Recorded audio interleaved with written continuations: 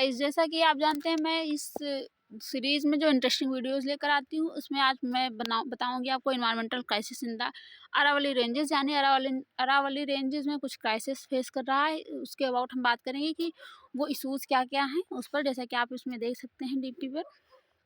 चलिए स्टार्ट करते हैं।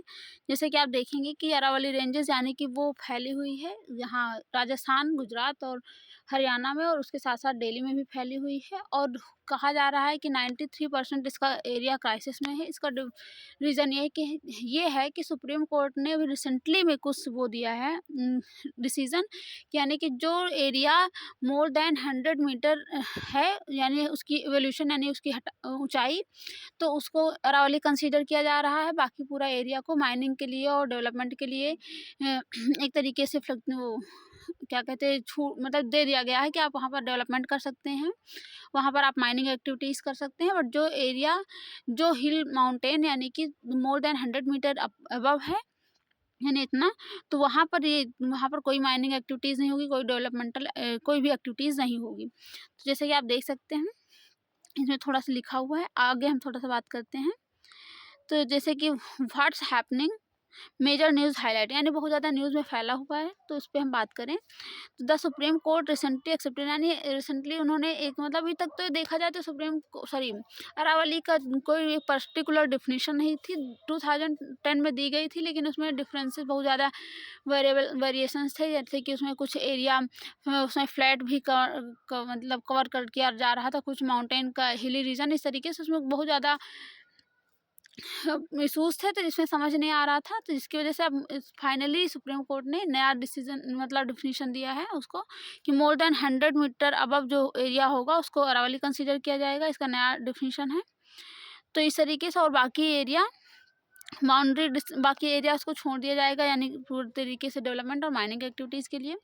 आगे हम बात करें तो उसमें थोड़ा सा ये भी बता दूँ कि सुप्रीम कोर्ट ने उसमें सस्टेनेबल डेवलपमेंट पे बात की है कि जो एरिया मतलब जो भी डेवलपमेंट होगा सस्टेनेबल होगा, सस्टेन किया जाएगा। उसको एक तरीके से सतत विकास जिसको कहा जाता है, यानी कि जिसकी वजह से बहुत ज़्यादा लॉसेस नहीं होने चाहिए, एनवायरनमेंट को इम्पैक्ट नहीं होना चाहिए निगेटिव। आगे हम थोड़ा सा बात करें तो environmentalist warn of the big ecological impact, यानी जो इन्वायरमेंटलिस्ट हैं उन्होंने भी कुछ चेतावनी दी है कि क्या क्या प्रॉब्लम हो सकती है। उन्होंने कहा है कि जैसे 90% ऑफ द रेंज माइनिंग और डेवलपमेंट के उसमें चला जाएगा, यानी कि जो 100 मीटर का जो ऊंचाई कंसीडर की गई है, अगर उसके थ्रू मतलब ये किया जाएगा माइनिंग एक्टिविटीज़ और डेवलपमेंट, तो 90% more than area development activities में चला जाएगा, जो कि एक तरीके से थ्रेट फेस करेगा, जिसकी वजह से ground recharge, dust control, habitat network, ये सारे इशूज़ हो सकते हैं, जो कि जो है नेचुरल प्रोटेक्शन करता है। यानी कि देखा जाए तो अगर वहाँ पर से कई नदियाँ भी आई हैं, जैसे कि आप एक मिनट, लूनी, बनास, साबरमती, ये सारी रिवर्स अरावली से निकलती हैं, जो कि ग्राउंड वाटर यानी एक तरीके से वाटर को रिचार्ज को मेंटेन करती है, वाटर रिचार्ज को। और उसके बाद देखा जाए तो डस्ट कंट्रोल, यानी कि अरावली एक तरीके से नेचुरल बैरियर का वर्क करता है, जो कि जो थार डेजर्ट है वहाँ से जो वो डस्ट होती है, डस्ट स्टॉर्म, जो कि जाकर के अगर ये अरावली माउंटेन ना होता तो ये सारी डस्ट जाकर के हिमालयन माउंटेन से टकराती, वहाँ पर जाकर के स्टोर हो जाती, डिपॉजिट हो जाती। बट ये एक तरीके से नेचुरल बैरियर का काम करता है, जिसके थ्रू ये कंट्रोल करता है डस्ट को, यानी स्टॉर्म जो होता है तो उसी अरावली से टकरा करके नीचे बैठ जाता है। तो इस तरीके से हैबिटाट नेटवर्क, यानी जो पेड़ पौधे बहुत ज़्यादा इकोसिस्टम है, नेचुरल इकोसिस्टम, वहाँ सारे बहुत सारे वाइल्ड लाइफ एनिमल्स भी रहते हैं। तो इस तरीके से आगे हम बात करें तो protest and public campaign grow, यानी कि कुछ कैंपेन भी किया जा रहा है, यानी कि कुछ प्रोटेस्ट भी हो रहे हैं इसके अबाउट कि इतना ज़्यादा मतलब एक तरीके से इन्वायरमेंट को लॉस होगा। तो जैसे कि राजस्थान, हरियाणा और दिल्ली एनसीआर एक्टिविटीज़, ये सारी जो एक्टिविटीज़ हो रही हैं, सबसे ज़्यादा आप देखेंगे कि एक्टिविटीज़ दिल्ली में ही एक्सप्लॉइटेशन किया जा रहा है माउंटेन का,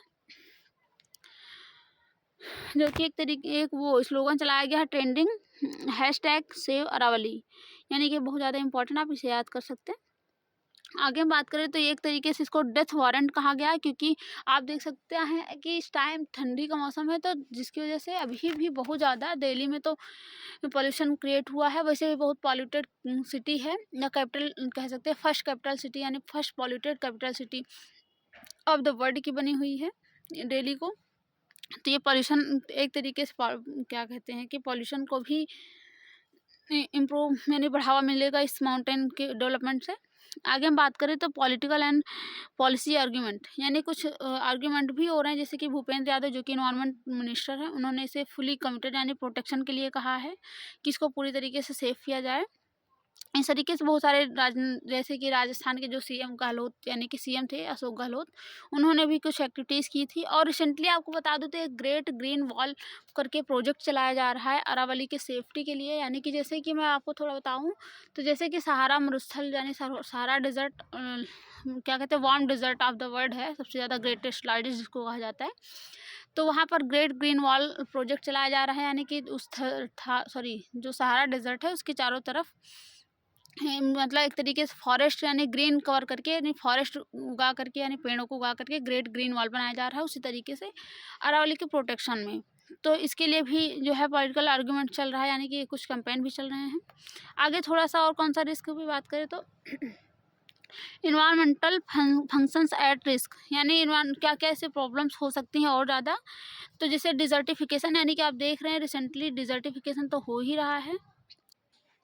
जैसे कि आप जानते भी हैं कि इंडिया के 33% लैंड जो कि डिजर्टिफिकेशन है डिग्रेडेड हो गई है, यानी कि जो थार डिजर्ट है कंटिन्यू ये बढ़ ही रहा है। उसके बाद सपोर्ट बायोडाइवर्सिटी, तो यानी इसको एक तरीके से डिजर्टिफिकेशन को रोकता है ये अरावली माउंटेन, और उसके साथ बायोडाइवर्सिटी को सपोर्ट करता है। उसके साथ ग्राउंड वाटर रिचार्ज यानी ग्राउंड वाटर को मेंटेन करता है, जैसे कि आपको ऑलरेडी बताया। और उसके साथ साथ वेदर को भी मेंटेन करता है, उसके साथ ही पोल्यूशन को भी कम करता है। तो ये सारे इसके जो है सिग्निफिकेंस अरावली के, जो कि इसके यानी डेवलपमेंट से माइनिंग एक्टिविटीज़ से ये सारे लॉसेस होंगे, इम्पैक्ट पड़ेगा यानी निगेटिव इम्पैक्ट पड़ेगा एनवायरनमेंट पे। और उसके साथ साथ ये एयर क्वालिटी और water scarcity, habitat, wild life habitat, और उसके बाद एक मिनट क्लाइमेट और इन सब चीज़ों पे बहुत ज़्यादा फोकस होगा, यानी कि नॉर्थ वेस्ट इंडिया में भी बहुत ज़्यादा निगेटिव इम्पैक्ट पड़ेगा अरावली के इस डेवलपमेंट से।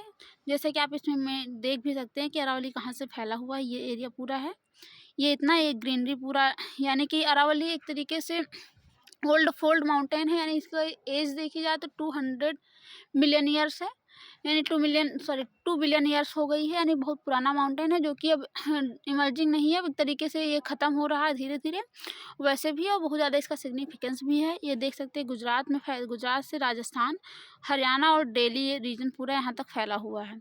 तो इसके सिग्निफिकेंस पे भी हमने बात की, और इसके साथ साथ इसके क्या क्या इशूज़ हैं उस पर भी हमने बात करी। तो इस तरीके से आप देख सकते हैं, ये वीडियो बहुत ज़्यादा इंपॉर्टेंट है, न्यूज़ में भी बना हुआ है, आप देख सकते हैं। और मिलते हैं नेक्स्ट वीडियो में इसी तरीके के। जो भी आपको वीडियो से रिलेटेड या किसी भी टॉपिक पे वीडियो चाहिए वो हमें आप कमेंट बॉक्स में कमेंट करके बता सकते हैं। फिर मिलते हैं नेक्स्ट सेशन में। लाइक शेयर एंड सब्सक्राइब जरूर कीजिएगा। Thank you.